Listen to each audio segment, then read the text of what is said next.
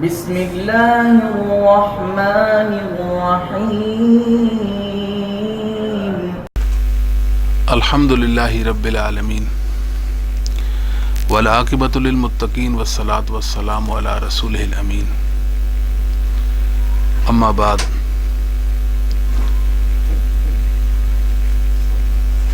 دین اسلام اکمل و کامل و اکمل دین ہے، جیسا کہ اللہ کا فرمان ہے الیوم اکملت لکم دینکم واتممت علیکم نعمتی ورضیت لکم الاسلام دینا۔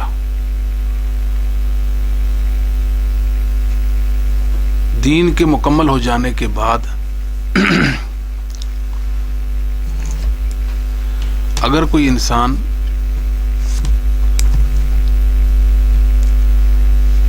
دین میں کوئی ایسا عمل جاری کر دیتا ہے جس پر قرآن و سنت سے کوئی دلیل نہیں، تو وہ عمل مردود ہے۔ مردود کا معنی باطل ہے۔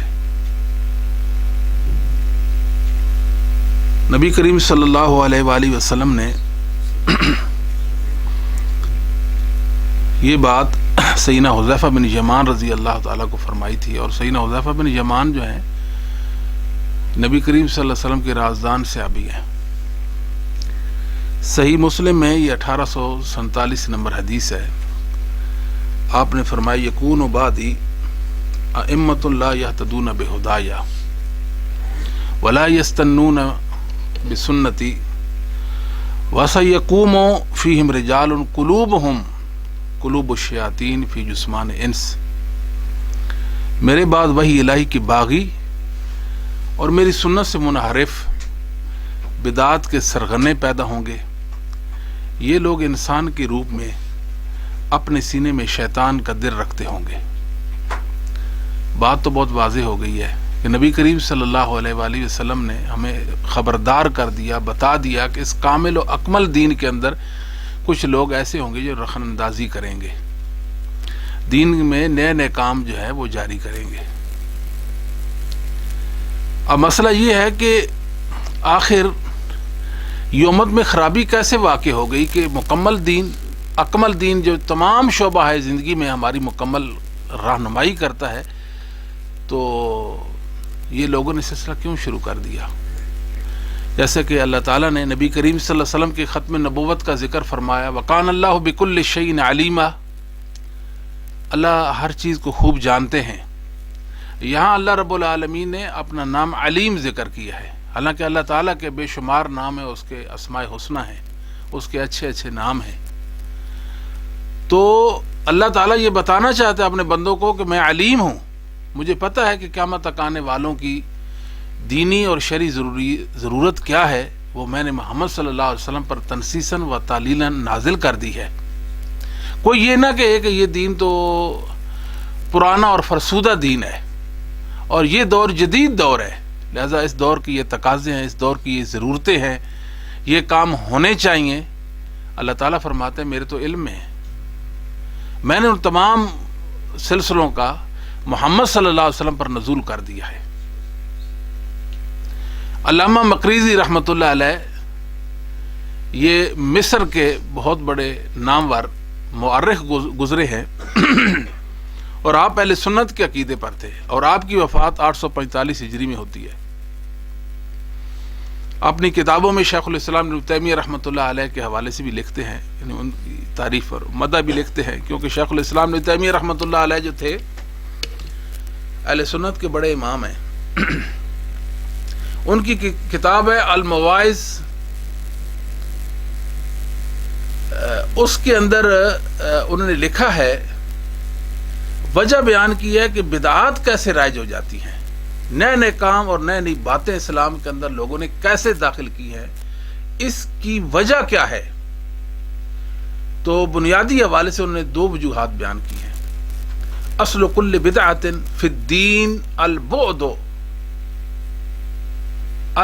عن کلام السلف والانحراف عن اعتقاد صدر الاول۔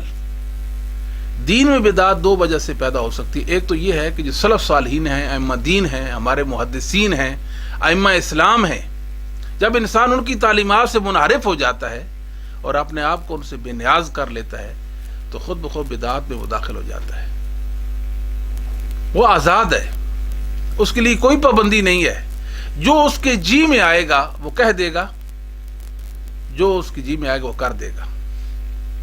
لہذا حق پر قائم رہنے کے لیے، دین حنیف پر پابند رہنے کے لیے اولین شرط یہ ہے کہ ہم سلف صالحین ائمہ دین سے بھرپور رہنمائی لیں. من مانی، جو جی میں آئے اس کو دین بنانا، یہ اس وقت ہوتا ہے جب انسان ائمہ محدثین سے اپنے آپ کو بے نیاز کر لیتا ہے. مجھے ان کی کوئی ضرورت نہیں ہے. یہ ایک بڑی خرابی کی وجہ ہے. دنیا میں جتنے بھی گمراہ اور ظالم فرقے پیدا ہوئے، جتنی بدعات و خرافات دنیا میں آئی ہیں، ان کی بنیادی وجہ یہی تھی کہ لوگوں نے اپنے آپ کو محدثین سے، ائمہ دین سے، ائمہ اسلام سے بے نیاز کر لیا تھا. قرآن و سنت اور وحی کی وہی تعبیریں جو ہمارے سلف نے، صحابہ تابعین، ائمہ محدثین نے پیش کی ہیں، ہم ان پر اکتفا کر لیتے تو یہ سلسلے نہ پیدا ہوتے. آئے دن لوگ یہ جسارتیں نہ کرتے. جو جس کی جی میں آتا ہے وہ اس کا معنی متعین کرتا ہے. مثال کے طور پر محمد الرسول اللہ کے بارے میں اللہ تعالیٰ فرماتے ہیں کہ ما کانا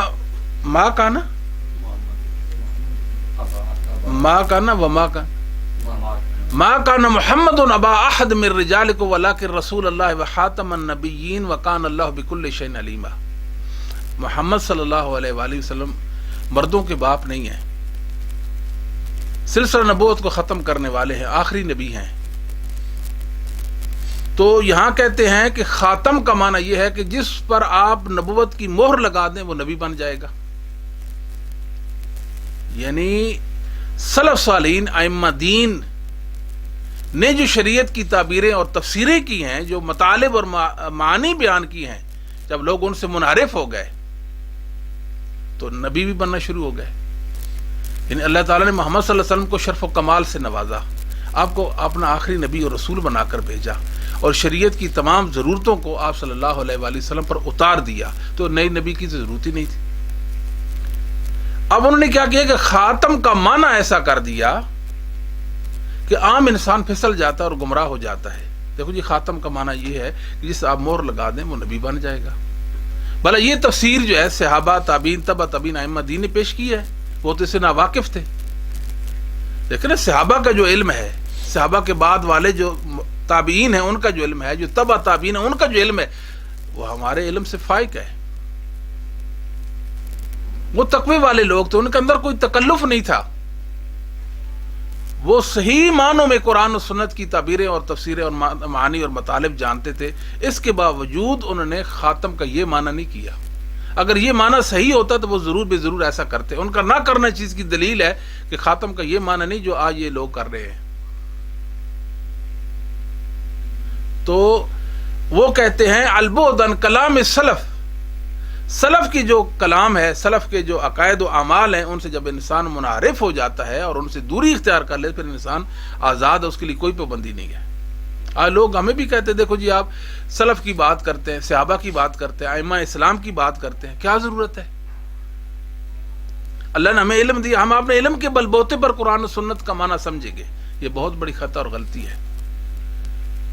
خارجی تھے، انہوں نے سید علی رضی اللہ تعالیٰ عنہ کو کافر قرار دیا کہ علی کافر ہیں. علی الحکم الا للہ، حکم تو اللہ کا چلتا ہے. علی کہتا ہے میں حاکم ہوں. علی کیسے حاکم ہے؟ حاکم تو اللہ ہے. تو سید علی رضی اللہ تعالیٰ نے عبداللہ بن عباس حبر امہ، ترجمان القرآن، فقیہ امت، سیدنا عبداللہ بن عباس رضی اللہ تعالی عنہما کو ان خارجیوں کے پاس بھیجا.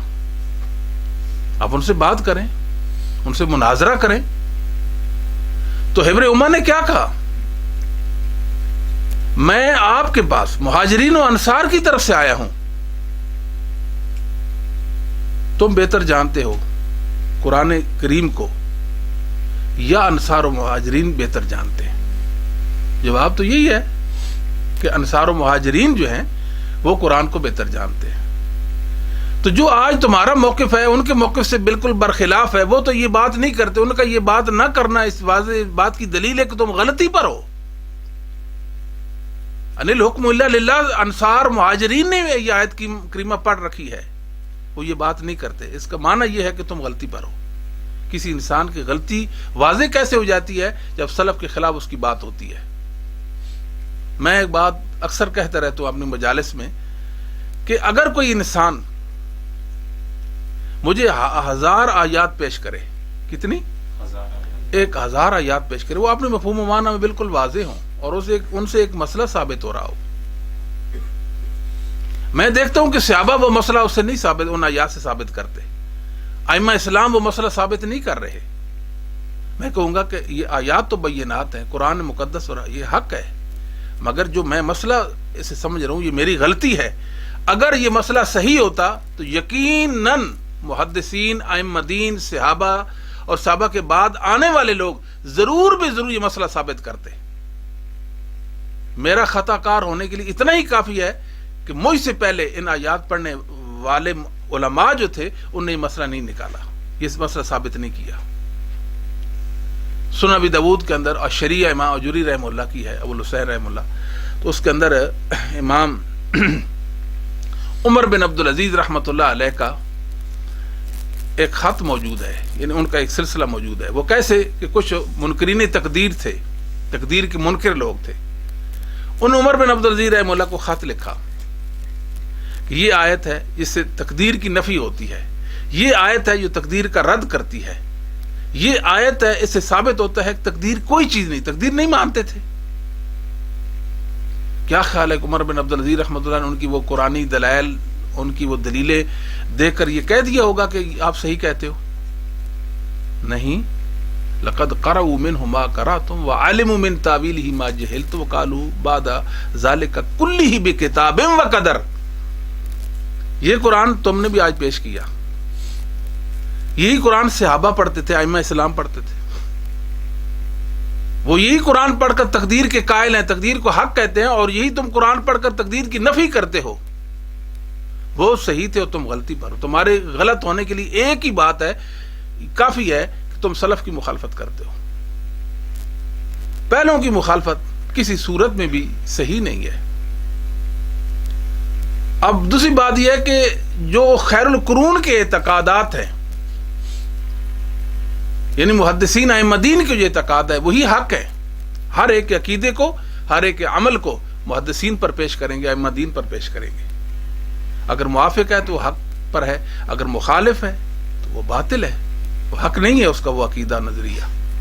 یعنی سلف صالحین جو ہیں انہوں نے جو قرآن و سنت کی نصوص کو مد نظر رکھ کر اسلامی عقائد مدون کی اور امت کے سامنے پیش کی ہیں، ان عقائد کے برخلاف جو بات کرے گا اس کے خطا کار ہونے کی اتنا ہی کافی ہے کہ وہ پہلوں کی مخالفت کرتا ہے. آج جتنے ہمارے ماحول معاشرے کے اندر بدعات و خرافات ہیں ان کی بنیادی وجوہ یہ ہے کہ ہم نے ایک تو پہلوں کی جو باتیں تھیں، ائمہ محدثین کی جو شریعت کی تعبیریں تھیں ان کو معتبر نہیں جانا، یا ان کو کافی نہیں سمجھا، یا ان سے ہم نے اپنے آپ کو بے نیاز کر لیا، اور جو پہلوں کے اعتقادات تھے، جو پہلے محدثین کے اسلامی جو اعتقاد تھے، عقائد تھے، ان سے ہم منحرف ہو گئے خرابی میں. جیسے مثال کے طور پر نبی کریم صلی اللہ علیہ وسلم کی ولادت باسعادت کے موقع پر بعض لوگ عید جو ہیں وہ کہتے ہیں کہ عید میلاد ہے. وہ قرآن سے دلائل پیش کرتے ہیں، احادیث بھی پیش کرتے ہیں. اب سوچنے کی بات یہ ہے کہ یہ قرآن کیا صحابہ اور ائمہ سلف نے نہیں پڑھا؟ بہت سارے علماء نے لکھا ہے کہ 300 سال تک خیر القرون میں صحابہ کے بعد تابعین اور تابعین کے بعد تبع تابعین اس عید سے ناواقف تھے. ان کو کوئی پتہ نہیں تھا یہ بھی کوئی دنیا میں عید ہوتی ہے. سوچنے کی بات یہ ہے کہ قرآن مقدس تو صحابہ اور تابعین تبع تابعین سب پڑھتے ہیں، لیکن اس عید کا انعقاد نہیں کر رہے. وجہ کیا ہے؟ وہ عید ثابت نہیں ہو رہی ہے. قل بفضل اللہ و برحمتہ، قل بفضل اللہ و برحمتہ فبذلک فلیفرحوا. تم اللہ کے فضل و کرم کی بنا پہ خوش ہو جاؤ. اب اس بنا پہ اگر کوئی عید ثابت کرتا ہے اسے پیش یہ کہا جائے گا نا کہ سلف میں اپنا امام بتاؤ. کون ہے سلف؟ آپ کا یہ بات آپ سے پہلے کہنے والا کون ہے؟ 365 ہجری کے بعد یہ عید فاطمی شیعوں نے جو مصر کے اندر جو ہے نا وہ جاری کی. وہ سال میں کل 28 عیدیں مناتے تھے، جن میں سے ایک عید ہمارے نبی کریم صلی اللہ علیہ وسلم کے حصے میں بھی آئی ہے. اب ان رافضیوں سے پہلے، ان شیعوں سے پہلے تو اسلام میں اس عید نام سے کوئی واقف نہیں ہے. پھر بعض لوگوں نے ان سے رافضیوں سے عید لے کر قرآن و سنت کی دلائل جو ہیں وہ اس پر فٹ کرنا شروع کر دی۔ انسان کے دماغ میں ایک سوال اٹھتا ہے، یا اللہ، محمد صلی اللہ علیہ وسلم کے صحابہ کیا آپ صلی اللہ علیہ وسلم محبت نہیں کرتے تھے؟ صحابہ کے بعد تابعین ہیں، تبع تابعین ہیں، ائمہ دین ہیں، ائمہ اسلام ہیں، ائمہ ہدا ہیں، کیا وہ قرآن و سنت کی تعبیریں نہیں سمجھتے تھے اور قرآن و سنت کی جو نورانی تعلیمات سے مستفیض نہیں ہوتے تھے؟ بالیقین ہوتے تھے، پھر ان کی زندگیوں میں عید کا نام و نشان کیوں نہیں ہے؟ ایک سوال ہے نا انسان کے ذہن میں ابھرتا ہے۔ اس کا جواب یہی ہے کہ ہم نے منمانیاں شروع کر دی ہیں اور دین میں آئے دن کوئی نہ کوئی ایسا سلسلہ جاری کر دیتے ہیں، اور اس کی بنیادی وجہ جو ہے وہ یہی ہے کہ سلف صالحین ائمہ دین سے ہم نے اپنے آپ کو دور کر لیا، ان کی تعلیمات کو اپنی ضرورت نہیں جانا۔ اگر ہم اپنے پہلے جو ہمارے ائمہ ہیں ان پر اکتفا کر لیتے، ان کی باتوں کو کافی سمجھتے، تو ہمیں فائدہ ہو جاتا۔ آج ہم لگے ہیں بدعات جاری کرتے ہیں، آئے نئے نئے کام دین کے اندر داخل کرتے ہیں۔ یہ سنن دارمی کے اندر اور اتحاف المارا کے اندر آپ سے بن حجر نے ایک روایت ذکر کی ہے کہ عبداللہ بن مسعود رضی اللہ تعالیٰ فرماتے ہیں، کم من مرید للخیر لن یصیبہ، کتنے لوگ ہیں جو نیکی کے متلاشی ہیں، مطلب نیکی کا ارادہ رکھتے ہیں کہ ہمیں نیکی حاصل ہو جائے، مگر ان کو نیکی حاصل نہیں ہوتی۔ اور وجہ کیا ہے؟ یہی وجہ ہے کہ صحابہ تابعین اور تبع تابعین جو ہے وہ ایسا نہیں کرتے، اور جو وہ نہیں کرتے آج وہ ہم نے کرنا شروع کر دیا ہے۔ اور جو بدعت ہے، بدعت کے حوالے سے آپ دیکھیں، بعض لوگ جو ہے بدعت کو سہارا دینے کے لیے بدعت کی تقسیم کرتے ہیں۔ یہ بدعت دو طرح کی ہوتی ہے، بدعت حسنہ ہوتی ہے، ایک سیئہ ہوتی ہے۔ اس طرح کی بات کر کے وہ بھی سلف کی مخالفت کرتے ہیں۔ علامہ شاطبی غرناطی رحمہ اللہ یہ 790 ہجری میں یہ فوت ہو جاتے ہیں۔ انہوں نے ایک بات کی ہے، اجماع السلف الصالح من الصحابہ والتابعین من یلیہم علی ذمھا کذالک وتقبیحها والہروب عنہا وعمن اتسم بشیء منہا ولم یقع فی ذلک منہم توقف ولا مثنویہ۔ وہ تو کہتے ہیں صحابہ کا، تابعین کا اور ان کے بعد والوں کا بدعات کی مذمت پر اجماع ہو چکا ہے۔ وہ بدعت کو مذموم عمل خیال کرتے ہیں، بدعت میں کوئی خوبی نہیں خیال کرتے، بدعت کے اندر کوئی حسن نہیں سمجھتے ہیں۔ بدعت کے اندر کیا حسن؟ حسن تو نبی پاک کے اداؤں میں ہے۔ وہ اسے دور بھاگتے تھے، اس کو قبا، اس کی یعنی برائی جو ہے اس کو وہ سمجھتے تھے، اور وہ کسی کو یعنی کوئی ایسی بدعت نہیں جس کو بدعت حسنہ کہتے، کوئی کسی بدعت کی استثناء ان سے ثابت نہیں ہے۔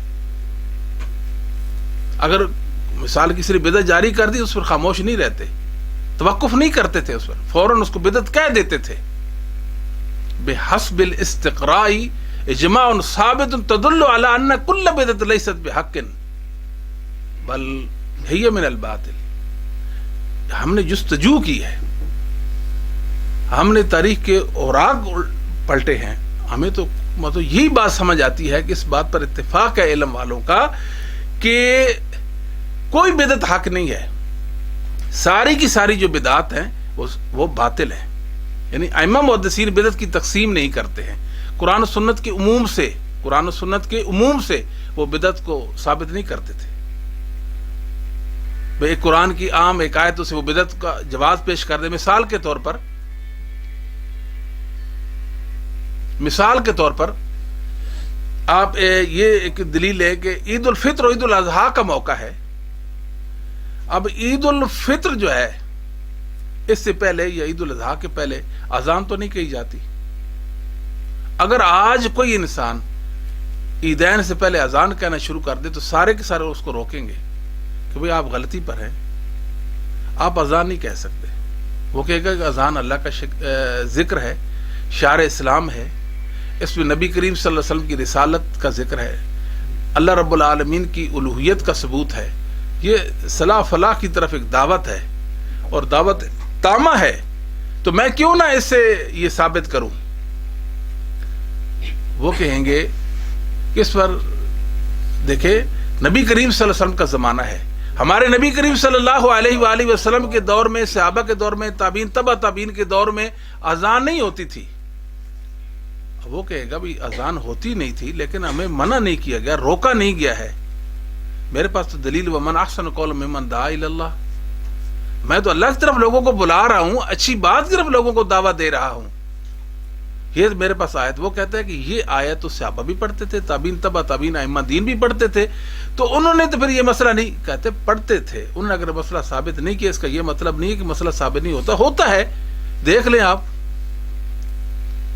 پھر وہ کہ والا ذکر اللہ اکبر، اللہ کا ذکر بڑی چیز ہے، اذان اللہ کا ذکر ہے، لہذا میں اذان کہوں گا، قرآن کے عموم سے وہ دلیل پیش کرے گا، بھائی یہ آیات تو صحابہ بھی پڑھتے تھے، ائمہ دین بھی پڑھتے ہیں، تو انہوں نے اذان کیوں نہیں ثابت کی؟ کہتے ثابت نہیں کی ہے نا، لیکن منع بھی نہیں کیا ہے۔ پھر کیا کرے گا؟ اذان عیدین کو جمعہ کی اذان پر وہ اس کو قیاس کر لے گا، وہ کہیں گے اگر یہ قیاس صحیح ہوتا صحابہ اور پہلے ائمہ محدثین وہ کیوں نہ یہ قیاس جو ہے وہ مانتے اور اس قیاس کو صحیح کہتے اور وہ اذان کا جواز پیش کرتے۔ اس سارے کے باوجود یعنی عمومی دلائل بھی اس نے پیش کر دیے، قیاس بھی کیا، لیکن اس کے پاس چونکہ صحابہ تابعین محدثین کے حوالے سے کچھ نہیں تھا تو سب نے کہا یہی بدعت ہے۔ ہم کہتے ہیں آج بھی اگر یہی اصول اپنا لیا جائے، ہر بدعت کے حوالے سے سوال کر لیا جائے کہ آپ کا امام کون ہے، اس لیے احمد بن حنبل رحمۃ اللہ علیہ فرمایا کرتے تھے ایاک ان تتکلم فی مسئلۃ لیس لک فیہا امام، جس مسئلہ میں آپ کا امام کوئی نہیں اس پہ آپ کلام ہی نہ کریں، آپ کو حق کوئی نہیں ہے اس کے بات کرنے کا، کیوں؟ دین مکمل ہو چکا ہے، دین سمجھا جا چکا ہے، دین اپنایا جا چکا ہے، دین مدون ہو چکا ہے، اب تو کوئی گنجائش ہی نہیں ہے کہ دین کے اندر ہم نئی نئی باتیں جاری کرتے رہ جائیں۔ تو اگر ہم اپنے آپ کو محدثین کے حوالے سے بے نیاز کر لیں گے ائمہ دین سے تو پھر بڑی خرابی میں مبتلا ہو جائیں گے۔ دیکھنا لوگوں نے بڑی بڑی جسارتیں کی ہیں، دین کے اندر نئے نئے کام داخل کر دیے۔ علامہ عینی رحمہ اللہ نے عمدۃ القاری کے اندر لکھا ہے، جو بدعت کی تعریف لکھی ہے، یہ معلوم یکن لہ اصل فی الکتاب والسنہ وقیل اظہار شیء لم یکن فی عہد رسول صلی اللہ علیہ وسلم فی زمن الصحابہ رضی اللہ عنہم۔ بدعت ہوتی وہ چیز ہے جس کی اصل، جس کا ثبوت، جس کی دلیل قرآن و سنت میں اللہ کی وحی میں نہیں ہوتی، وہ بدعت ہوتی ہے۔ اور وحی کو صحیح کون سمجھنے والے تھے جی؟ صحابہ اسلاف امت تھے۔ وہ کام نبی پاک صلی اللہ علیہ وسلم اور صحابہ کے زمانے میں نہ ہوا ہو، اگر صحابہ کے زمانے میں وہ نہیں ظاہر ہوا، اس کا مطلب یہ وہ دین نہیں ہے، کیونکہ صحابہ سب سے بڑھ کر قرآن و سنت کو جاننے والے تھے۔ اس لیے حافظ ابن کثیر رحمۃ اللہ علیہ نے ایک بڑی پیاری بات کی، وَعَمَّ أَهْلُ السُّنَّةِ وَالْجَمَاعَةِ فَيَقُولُونَ فِي كُلِّ فِعْلٍ وَقَوْلٍ لَمْ يَثْبُتْ عَنِ الصَّحَابَةِ وَبِدْعَةٌ لِأَنَّهُ لَوْ كَانَ خَيْرًا لَسَبَقُونَا إِلَيْهِ لِأَنَّهُمْ لَمْ يَتْرُكُوا خَصْلَةً مِنْ خِصَالِ الْخَيْرِ إِلَّا وَقَدْ بَادَرُوا إِلَيْهَا۔ ہر بات جو پہلوں نے نہیں کہی، ہر عمل جو پہلوں نے نہیں کیا وہ بدعت ہے۔ اگر وہ کام خیر کا کام ہوتا، وہ بھلائی کا کام ہوتا، وہ نیکی، تو وہ اس کی طرف لپک پڑتے، کیونکہ وہ تو نیکیوں کے متلاشی تھے، وہ کسی موقع میں نیکی کو ہاتھ سے نہیں جانے دیتے تھے۔ ان کا یعنی اس کام کو نیکی نہ قرار دینا یہ چیز کی واضح دلیل ہے کہ قرآن و سنت میں اس کا کوئی ثبوت نہیں ہے۔ اگر قرآن و سنت میں اس کو کوئی ثبوت ہوتا ہمارے پہلے ایسا کرتے۔ تو محقق شاطبی رحمۃ اللہ علیہ نے یہ بات ان ھذا التقسیم امر مخترع لا يدل علیہ دلیل شرعی بل هو نفسہ متدافع۔ علامہ شاطبی رحمۃ اللہ علیہ اعتصام کے اندر لکھتے ہیں کہ آپ غور کریں، یہ جو تقسیم ہے بدعت کے حوالے سے، یہ حسنہ بدعت ہوتی ہے اور یہ کبیہ بدعت ہوتی ہے، یہ بذات خود ایک بدعت ہے، یہ تقسیم بدعت ہے، یہ مخترع ایک اختراعی عمل ہے یہ، کیونکہ شریعت کی کوئی دلیل نہیں ہے جو بدعت کی تقسیم پر دلیل ہو۔ تو بدعت کی تعریف پر آپ غور کریں تو اس کی تعریف خود رد کر دیتی ہے کہ بدعت کی تقسیم تو ہونی ہی نہیں چاہیے۔ تو لہذا ہمیں ضرورت اس امر کی ہے کہ ہم سلف پر بھروسہ کریں۔ حذیفہ بن یمان رحمۃ اللہ رضی اللہ تعالیٰ عنہ کا ایک فرمان مسلم علی بن جہد کے اندر ہے کہ حذیفہ بن یمان رضی اللہ تعالیٰ کا ہے، وہ کیا فرماتے ہیں کہ فَعْلَمْ أَنَّ الزَّلَالَ كُلَّ الزَّلَالَ نہ أَنَّ الزَّلَالَ حَقَّ الزَّلَالَ ان تعرف ما كنت تنکر وان تنکر ما كنت تعرف وإياك وتلون فإن دین اللہ واحد۔ بدعت کیا ہے؟ بدعت یہ ہے کہ آپ نیکی کو برائی سمجھے اور برائی کو نیکی بنا لیں، ٹھیک ہے. اور دوسری بات کیا کہتے ہیں کہ دین کے اندر تلون سے بچیں. تلون کا مطلب یہ ہے کہ طرح طرح کے اعمال مزین کر کے لوگوں کے سامنے پیش نہ کرے, کیونکہ اللہ کا جو دین ہے جو محمد صلی اللہ علیہ وسلم پر اتارا گیا ہے وہ تو ایک ہی ہے نا. اب یہ نہیں ہے کہ پہلوں کے بعد دین اور ہو اور بعد والوں کے پاس دین اور ہو, ایسی بات تو نہیں ہے. لہذا جب دین ایک ہے تو ہمیں سلف سے وہ دین لینا چاہیے, ائمہ دین سے لینا چاہیے. ہم تو یہ کہتے ہیں کہ ہم قرآن و سنت کو مانتے ہیں, قرآن و سنت وحی حق ہے, اور جو اسلامی عقائد ہیں, جو اعمال ہیں اسلامی, ہم صحابہ سے, محدثین سے, ائمہ دین سے لے لیں گے. انہوں نے قرآن و سنت کو بجا طور پر سمجھا ہے, اور جو انہوں نے تعبیریں اور معانی اور مطالب قرآن و سنت کے پیش کی وہی حق اور وہی صحیح ہیں. اسی پر ہمیں اتفاق. اگر پوری امت نبی کریم صلی اللہ علیہ وسلم کو, صحابہ کو معیار حق بنا لے, مسلک محدثین کو اپنا لے, ائمہ اسلام کی جو تعلیمات ہیں ان پر اکتفا کر لے, تو شاید امت کا جو یہ شرازہ بکھرتا ہم دیکھتے ہیں, ہاں جی, کافی حد تک اس میں ہمیں فائدہ ہو سکتا ہے. امت مجتمع ہو سکتی ہے حق پر, اور حق جو ہے وہ صرف اور صرف صحابہ اور محدثین کے پاس ہے. ہمیں انہی سے حق لینا چاہیے. اگر ہر انسان قرآن و سنت سے اپنی منمانی کرے گا, اپنی مرضی اور اپنے علم کے مطابق قرآن و سنت کی معنی اور مطالب لے گا, وہ ٹھوکر کھائے گا اور پہلوں کی مخالفت پہ اتر آئے گا. پہلوں کی مخالفت بذات خود ایک بہت بڑی زیادتی اور ناانصافی ہے. اللہ تعالیٰ میں سمجھنے کی توفیق نصیب فرمائے.